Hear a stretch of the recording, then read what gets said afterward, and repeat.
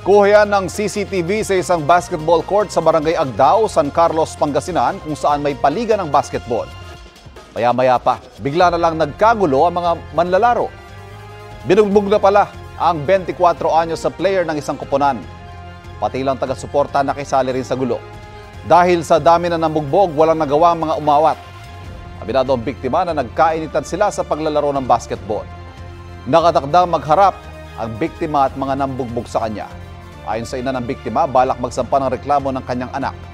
Tumanggi muna magsalita ang mga nambugbog. Nakiusap din sila sa barangay na huwag silang pangalanan. Kapuso, alamin ang maiinit na balita. Bisitahin at mag-subscribe sa GMA Integrated News sa YouTube.